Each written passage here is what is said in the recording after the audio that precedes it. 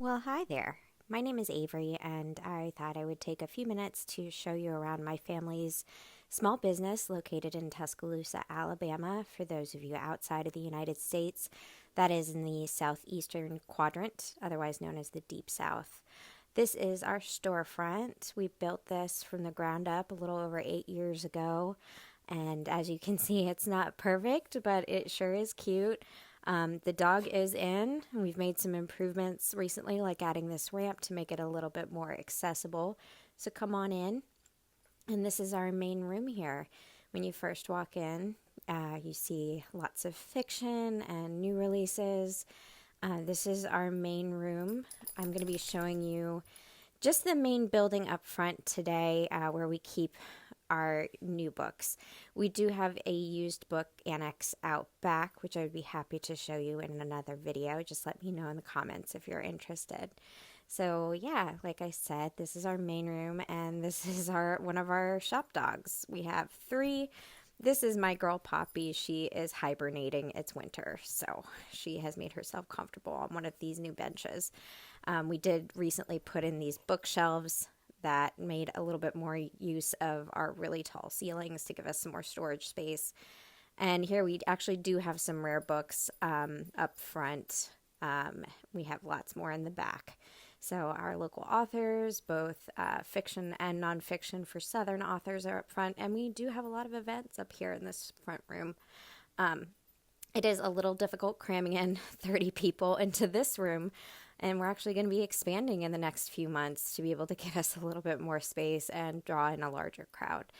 You may have noticed that this is somewhat of a tiny house. The building itself is 125 years old. So I didn't mean to say that we built this building. It was here long before we were.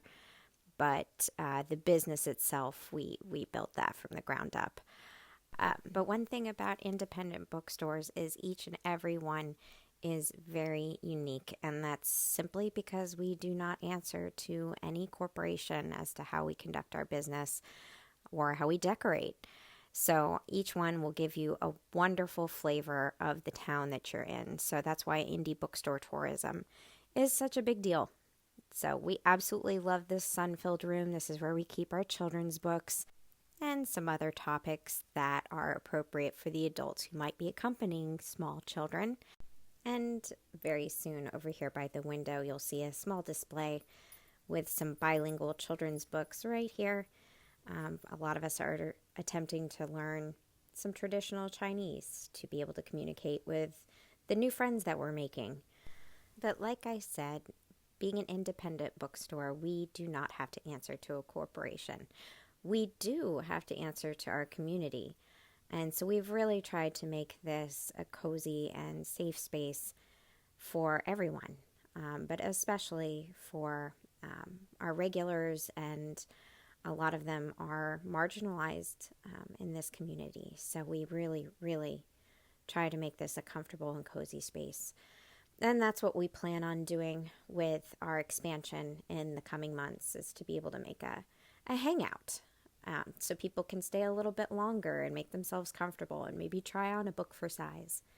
No hate in Bama. That is a philosophy that we stand by. Now here are some staff picks from 2024. These are books that maybe not necessarily released in 2024, but things that we read that really stood out to us. And this is the final room I'm going to show you today.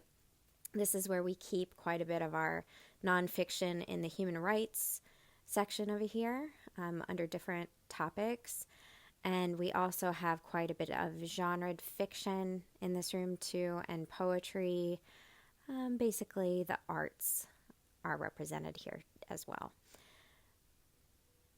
That brick building is a hint of what is to come. I don't know if you saw it through the window, but our annex is out back, and it is busting at the seams with used books. So we are really excited to be able to move into a space with a little bit more breathing room.